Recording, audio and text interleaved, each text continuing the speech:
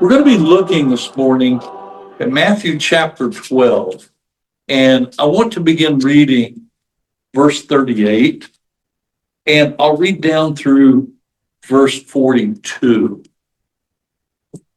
and that's where we'll stop right now, and we'll pick up with verse 43, the Lord willing, next Sunday. But we've entitled our lesson for this morning, The Demand for a Sign. So I'll start reading at verse 38. Then some of the Pharisees and teachers of the law said to him, "Teacher, we want to see a miraculous sign from you." And he answered, "A wicked and adulterous generation asks for a sign, but none will be given it except the sign of the prophet Jonah. For as Jonah was 3 days and 3 nights in the belly of a huge fish, so the Son of Man will be 3 days and 3 nights in the heart of the earth. The men of Nineveh will stand up at the judgment with this generation and condemn it, for they repented at the preaching of Jonah, and now one greater than Jonah is here." Actually, the best word, most translations say something, and that's important because I want to talk about that something when we get there. Verse 42. "The Queen of the South will rise at the judgment with this generation and condemn it. For she came from the ends of the earth to listen to Solomon's wisdom, and now something greater than Solomon is here." This is really an amazing passage. You're like, wow. Well, let's look at what's going on here. First of all, I want to look at the parallels in Mark and Luke about this story. It is interesting, and I encourage you to do this. If you have a study Bible, that if you're studying in Matthew, Mark, or Luke, and you are looking at a paragraph that is also treated in one of the other three Gospels, it's instructive to go and look at that, because what we have is something that's fascinating. A particular saying of Jesus that is given a little different perspective by all three writers. And based on what I've read, let me share with you what Mark's perspective is and what he adds to the dialogue, and what Luke's perspective is. This is really fascinating because I think it helps round out the whole event. Mark says that, and notice as Matthew starts off, then some of the Pharisees and teachers of the law said to him. Well, Mark specifically says the Pharisees began to argue with him. So this is one of those situations that we've seen all through the Gospels, that the Pharisees and teachers of the law, they want this to be confrontational, because they don't believe in Jesus, and they're going to try to do everything they can to undermine him and his ministry. And that sounds pretty contemporary, doesn't it? That there are a lot of people who are doing everything they can to deny Jesus' claims for himself, to even deny that he ever lived on the face of the earth, and to deny his teaching. So this is nothing new. It also says in Mark that they were testing him. Think of how many times in the Gospels that this little phrase is added to an event. They were testing him. And like I said, remember when they were in the synagogue, every time it says that they were testing him, I have in my brain this image that the Pharisees and teachers of law, they're standing back kind of on the side with their arms folded, their head tilted, and they're looking kind of at him like this. So they're testing him to see what he's going to say or do. Now, here's another wonderful thing that's interesting, a great insight. Mark also says that when they asked the question and they began to argue with him and they're trying to test him, Mark says Jesus sighed deeply in his spirit. Whoa, we could almost have a whole sermon about it. Jesus sighed deeply in his spirit. I think he felt sorry for these guys, and it's just kind of like, they're up to it again. I can't believe it, So he sighed deeply in his spirit. He knew how far off base they were. And sometimes I think he got a little frustrated with it, but he sighed deeply in his spirit. Think about how that describes you and I, that if we know something that's going on with somebody, it's just as wrong as it can be. You're kind of like, oh, what's it going to take for them to see the light? So we understand this sighing deeply in our spirit. And then Jesus says, and this is fascinating in Mark, there's not going to be any sign given this generation. And what that implies is he is refusing to bow to their request to perhaps on the spot produce something that can make them happy and that they can finally say, oh, okay, we're on board with you because you're the Messiah. He said, I'm not going to give that to you. He refused. Now, Luke's perspective adds two more little things. In this narrative, as it gets started, Jesus starts to speak. The Pharisees are arguing with him. They try to test him. It says that the crowd began to increase around him. Oh, this is a public thing going on, and people are starting to. Have you ever noticed this? If something's going on and a crowd starts together, people are like, what's going on? Well, I heard what's going on, Well, something's going on with Jesus and his interaction with these Pharisees and with these teachers of the law, and the crowd's beginning to increase and people are starting to gather around and see what's going on. And then there's another interesting thing that Matthew, when he talks about the sign of Jonah, we're going to talk about that. Luke adds a little extra dimension that's really fascinating. Jesus is going to use this in a moment to talk about his own resurrection. And he's going to use the sign of Jonah. And we'll talk about what that means. But here, he also says that Jonah is going to be a sign to the men of Nineveh, that it was a sign to that generation. Oh. And in a moment, when we look at the sign of Jonah, we have to bring that dimension into the picture and ask, what did Jesus mean by that whenever he said that out loud to the crowd? Now, I want you to jump over to Matthew 16. And this really isn't much later in the book of Matthew. And I want to read verses 1 through 4, because guess what? The same thing comes up. And you would have thought that his interaction with the Pharisees and the scribes and teachers of law in Matthew 12, that would have, okay, no more conversation on that. They got the picture. Don't have to worry about that. Well, listen to this.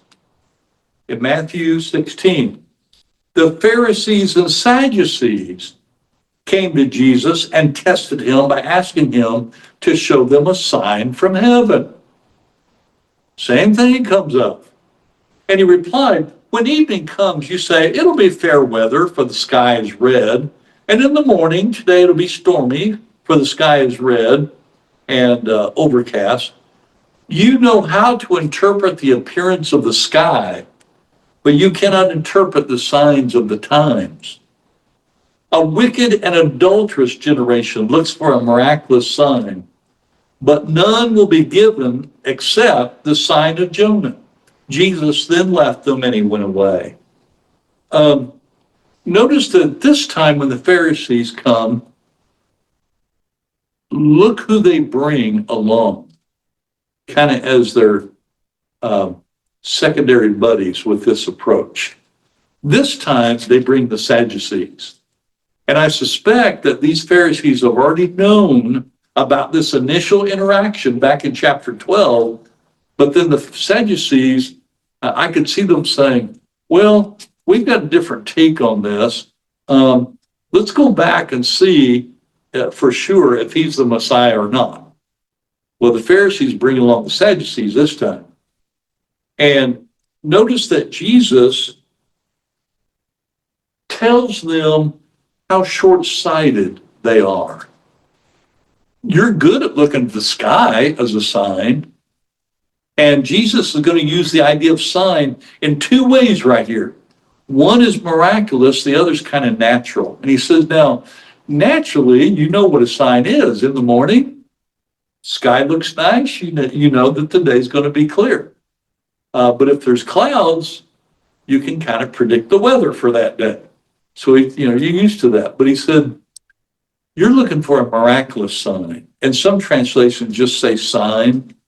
And all through the Gospels, especially the Gospel of John, talks about the signs that Jesus performed. Even though it's just the word sign, the way it's always used in the Gospels, it is with the understanding that it's a miraculous event, that it's not normal. See, a normal sign, Jesus refers to here, clouds in the sky, predicting the weather. That's a normal sign. Well, the other kind of signs are miraculous signs. And these Pharisees, teachers of the law, the scribes, and the Sadducees, they were all wanting Jesus on the spot to perform a miraculous sign to prove he's the Messiah. And they thought, if he just do that, we'll believe. Here's my suspicion. I've thought a lot about this week on this passage. If Jesus had gone ahead and done that and performed a miraculous sign on the spot, I wonder if they still would believe it. I think they were so hard-hearted that no matter what he did, it wouldn't have made any difference. And so he refused. Now, at the end of Matthew 16, 1 through 4, he says this, and it's a phrase that sounds pretty abrupt. Jesus then left them and went away. I'm out of here. I'm through dealing with you guys. He left them and went away. Wow. Okay. He had to deal with that kind of opposition. And here's what it made me aware of. Sometimes if you get into an argument with a person or they're trying to make a case against you and you've said what you can say, sometimes the best thing to do is just leave, go away. Jesus refused to put any more time into this. This is the second time that they've tried to, confront him with this. He left, he went away. In my mind's eye, I see as if it were a video scene. Jesus kind of whipped around, left them there standing, he just took off. I'm through with you guys. Now, in our passage of Matthew 12, the leaders, these Pharisees and scribes, they demand of Jesus the sign. I kind of knew this, but this week I went back and looked. More than any other book in the New Testament, 29 times Matthew refers to the Pharisees. They are a major concern with Matthew presenting the ministry of Jesus. They give Jesus the most grief. And one thing I find maybe as a word of encouragement for all of us, that no matter how much grief people give you in your ministry, you can still carry on. I mean, they gave Jesus tremendous grief. In Luke 4, they went to the point where they hated him so much that after he gave them some good stories in the Old Testament of God reaching out beyond the Jewish borders to help people, they got so mad they wanted to take him to the edge of the city and throw him overboard. Throw him off the cliff. So there was a lot of opposition by the Pharisees. Look at Matthew 5:20. This goes back to one of the first references in Matthew about the Pharisees. And Jesus is going to intentionally, you see this, we've already seen it through a couple of events up to chapter 12. He's going to intentionally draw a difference between what he's after and what the religious leaders of Pharisees are after. And he wants to make that difference as clear as day and night. Look at chapter 5, verse 20. For I tell you, unless your righteousness surpasses that of the Pharisees and the teachers of the law, you will certainly not enter the kingdom of heaven. Well, on a couple occasions already up to chapter 12, they blamed Jesus for breaking the law, doing other things unlawfully. They've accused him of casting out demons by the power of Beelzebub. So many things happen even up to chapter 12. But Jesus says, your righteousness has to surpass that of the Pharisees. And here's what he doesn't mean. He doesn't mean you have to get better at dotting the I's and crossing the T's. That's not what he's talking about. The righteousness that surpasses the Pharisees is a rethinking of what righteousness really is and what it means to be the people of God and what God's looking for in the human heart. This is why if you look at all of Jesus' teachings, he is so focused on our heart before God. It's just such a prominent theme. And so this is what Jesus is challenging his followers to do. So let's look at the demand for a sign. We've talked about the meaning of it, that it is miraculous in these particular settings. And we have the Pharisees and the teachers of the law making this demand. And notice that they address him, they don't address him as Messiah. Well, how do they address him?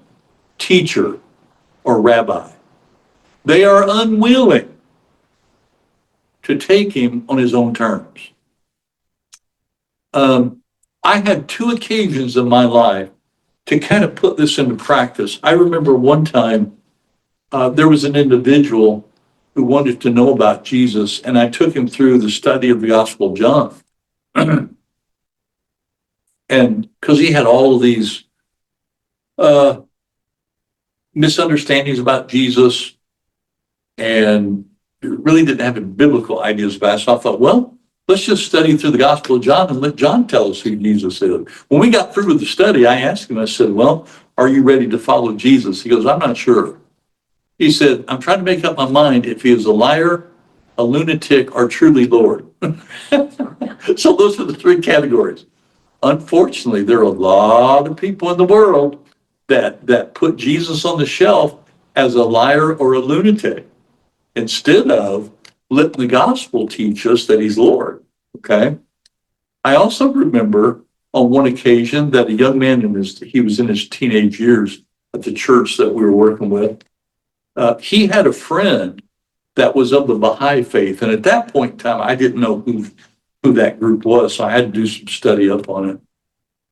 But I remember going through the book of Matthew that time so we could discover who Jesus was. Because at first there were, let's see, me, I'd say I was there, the young man was there, he had a friend, and this young man that was Baha'i. So there are four of us in the study.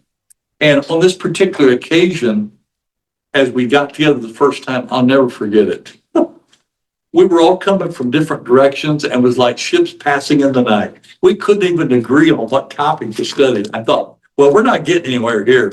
So I raised a question. I said, well, since the basic question is about the nature of Jesus, why don't we just go through the book of Matthew and see who Jesus is? And they all agreed. I went, okay, good. And then I kept thinking, because that study went a long time. I think it went 2 years, because every week we'd meet together and just work our way through Matthew. That's why Matthew is so dear to me, because I remember all this. As we were nearing toward the end, I thought, how in the world am I going to end this study? And I thought, duh, I'll just do it the way Matthew does. It's a call for discipleship, to believe the gospel, be baptized, to be a disciple of Jesus. So in that final study, we read that final paragraph there in chapter 28, and I said, this is a call to discipleship. Do any of you want to be a disciple of Jesus after all of our study? One young man that came from our church that was part of the study, he said, I feel like I need to get closer to Jesus. He said that. There was another young man that had Catholic background, but he hadn't really gone to church. He said, yeah, I'm going to get baptized this week. And then the Baha'i man said, well, I see Jesus only as a good man with good teaching. I said, well, the only response I have is, he said he died for us. This is his call to discipleship. And so that's between you and God. I can't make that decision for you. But that whole experience for me a number of years ago helped me understand how people can still hear the message of Jesus and still dismiss him. Or at the same time, people can hear it and they realize that there's a claim on their heart to be a disciple and they're ready to be baptized. So it's kind of a real neat experience. Jesus then goes on to look at this sign of the times. He identifies them as being part of a wicked and adulterous generation. It's interesting what wicked means. It refers to an attitude of heart where evil predominates, and it's the opposite of being in a right relationship with God. And an adulterous generation is interesting because, I mean, he's actually talking to Jewish people. When he says that, I just can imagine that their jaw hit the ground. Because what Jesus is getting after is an adulterous generation means you have rejected that covenant relationship with God and you've tried to create a religion on your own terms. And that word is a word that describes violation of covenant. It can be violation of our covenant with God or violation with our covenant with a spouse. So here he refers to it as a wicked and an adulterous generation. And in verse 45, he's going to refer to the wicked generation again, and we'll see that next week. The call of the gospel in Acts 2, if you remember Peter, he implores the listeners to save themselves from this crooked generation. So think about how culture is described in the early days of the church. It's wicked, it can be adulterous, and it can be crooked. The word crooked is an interesting word. We get our word scoliosis from it. You know, somebody has scoliosis of the spine. It means crooked. To think about what that means if a culture is wicked and it is adulterous in all that it does, and it is crooked in its thinking. And I would say this, life lived outside of the covenant will of God, that's a perfect description. And you wonder why there's so many people in our culture that say and do things that you're like, how in the world can they do so? How in the world can they even think that? Well, if they're not living under the sovereign will of God, you're living a wicked life, adulterous, you're living, not in covenant relationship with God, and your thinking is twisted and crooked. I mean, it's as clear as it can be. And the gospel call is such that it calls us to see the world as God sees it. And that's a huge change for a lot of people. In the gospels, Jesus is always at odds with the prevailing cultural mores, the values and expectations, and that's what gets him in trouble. He's willing to speak to sacred cows, and he's willing to speak to the elephant in the room all the time. That's kind of his teaching mode. No wonder they end up putting him on the cross. And so when Jesus talks about signs later on in Matthew, toward the end of the book, it's going to be in the context of judgment in the last days. So we'll talk more about that. And there's going to be some fascinating ways that that's going to tie in with the book of Revelation. Then there is the sign of Jonah. So what is the sign of Jonah? Well, in the overarching storyline of Jonah, last time you read it, if you can remember Jonah, God tells Jonah to get up and go preach. Go to the people of Nineveh. I've got thousands of souls there that don't know me. Well, Jonah, being a good Jew, cannot imagine that God would love a Gentile. He doesn't want to do it. In fact, he goes the opposite direction. He takes a ship and goes the opposite direction. Now he has to learn the hard way God meant what he said. I thought about this. Can you imagine how each one of us have to experience our own belly in the whale before we realize that God means what he says? What does that look like? Well, Jonah, when he ends up going to Nineveh, he says, 40 days and Nineveh should be overthrown. And apparently the city is large enough that as Jonah's preaching, it takes him 3 days to walk through the streets. But then something extraordinary happens. The king and all the people put on sackcloth and they sit in ashes and they repent. And I'm sure we're getting what I call preacher notes in Jonah, repent or the city will be overthrown. And I'm sure Jonah said a whole lot more. But they repented. They turned to God. Jonah didn't like that. He was hoping against hope he could sit up on the side of the hill with arms crossed and watch the city be destroyed. Well, he's sitting up there and God's got other plans. God caused this plant to grow up over Jonah, and it shielded him. Apparently it grew pretty fast and grew pretty profuse is the word, so that it sheltered him. Well, guess what? God sent this little worm to take care of that.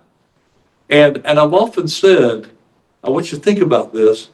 Jonah gets so wrapped up in the gourd vines that he can't even feel for the people of Nineveh. In fact, in the Hebrew language, it's kind of cool. The same verb that describes Jonah kind of grieving because the gourd vine has been dried up and he's sitting in the hot sun. It's the same word that God turns around and uses against Jonah and says, shouldn't you have grieved for these people that are lost? You're sitting over here pouting because you don't have your shade. Look at the bigger picture. Here are thousands of people that don't know me. And you have preached and they responded and you're sitting on the hill pouting? What's wrong with you, Jonah? So now, that's the big story. Now, what Jesus is going to do is say, you remember, Jonah was in the belly of the fish 3 days and 3 nights. The one thing I love, and I'm thinking sometime near future, maybe having some lessons through Jonah. Have you ever paid attention to the prayer that Jonah prayed when he was in the whale of the belly? It's a fascinating prayer. So as he's there, Jesus is going to look back to this historical event and say, just as Jonah was in the belly of the whale 3 days and 3 nights, the Son of Man is going to be in the belly of the earth 3 days and 3 nights. Now, I'm sure at this point, when you hear this, I can imagine that these Pharisees and the scribes, they thought he had lost his mind. What are you talking about? Because I can guarantee you that the rabbis and their teaching out of Jonah was pretty sparse, because it actually had Jonah going to Gentile country. And one thing that we find out in the rabbinic literature, anything in the Old Testament that looked like God might be graceful for the nations outside of Israel, they kind of ignored that stuff. They preferred that it wouldn't be there. Well, Jesus is going to use this as a sign. The men of Nineveh are going to stand up and judge you, because guess what? They heard the preaching of Jonah and they changed. You've heard my preaching, you haven't changed. They repented. And then there are several Bible translations say something greater than Jonah is here. What is that something? Because the NIV goes ahead and just says someone, but really it's something. And the reason I think that Matthew uses the word something is to get us to pause and ask the question, what is that something? What is Jesus all about? Why is he greater than Jonah? Why should we listen to him? So all these questions surround the something who is a someone and the difference that he has made. The sign points to something greater. The Queen of the South, he said, would come, judge, and condemn them because she came from the ends of the earth to listen to Solomon's wisdom. And wouldn't you love to have in the Old Testament a whole chapter on the wisdom that he imparted to this Queen of the South? We don't have that conversation. I would love to have known what he imparted to her. But here again, he says, something or someone greater than she is here, and you're not listening just to the wisdom of Solomon. You're listening to the wisdom of Jesus, which far surpasses Solomon. And that's something that the Jewish leaders couldn't get over, that Jesus himself surpassed Moses, Solomon, all the, Abraham, Isaac, Jacob, all of the prophets, all of the big names of the Old Testament. Jesus surpasses all of them. And that was really hard for them in their mind to make that switch. It really was. So as we come to the conclusion of this paragraph, I want us to look at 3 or 4 things. If Jesus is real today, he's going to do this or that. That's what a lot of people will say. Prove to me that there's Jesus. If he's really real, he's going to do this or that. Well, no. He's already done this or that. What has he already done? His ministry, death, burial, resurrection. He's sitting at the right hand of God, ministering on our behalf. He's already done what he's going to do. The question is, am I going to accept him based on what he's already done? And then Jesus has already given us the greatest sign possible, and that's his resurrection, being in the heart of the earth 3 days and 3 nights. Jesus' proof for us today is his promise of resurrection and the fulfillment of that promise for us. Just read 1 Corinthians 15. Paul lathers on that whole belief and that whole truth in a whole chapter, 58 verses. Now, with the perspective then of the end times, we discern the times, and we have to. We have to be clear about where our culture is crooked, wicked, and adulterous. That's why the good news of the gospel is so desperately needed, because it's against the backdrop of all of the bad news. What if the only news you ever had to deal with was the evening news? What if we didn't have the Bible to help us with good news, and all you ever did was just feed on the news every evening? Well, most of the news sometimes isn't that good. All kinds of, someone has said this, if you look at the news, you can see almost every evening all 7 of the traditional deadly sins in the news. And that's probably pretty close to being true. And they're there. And it's almost like they're glorified. And you're like, and if you watch, I got to where I don't watch news at 11 anymore. Ancient, we don't do that anymore. I got to where I hated going to bed at night with all of these horrible news items swimming around in my head, and I'm trying to get peaceful and go to sleep. Well, there's a different take on the world than just the evening news. And it's called the gospel, the good news. That in spite of a world that is wicked and evil, adulterous and crooked, there's a different way to look at things, different way to live, a different way to honor this Jesus who has already given us his son, his death, burial, resurrection. So this morning, as we close the lesson, it is a call to take seriously the resurrection of Jesus, because it impacts every single thing that we do. Judgment is coming. No one or nothing is greater than Jesus. I don't care what the world has to offer, doesn't even come close. And we need to remember that. Even the wisdom of Solomon couldn't come close. That blows my mind, because if you read what we have of Solomon's written wisdom, you're like, wow, that's pretty good stuff.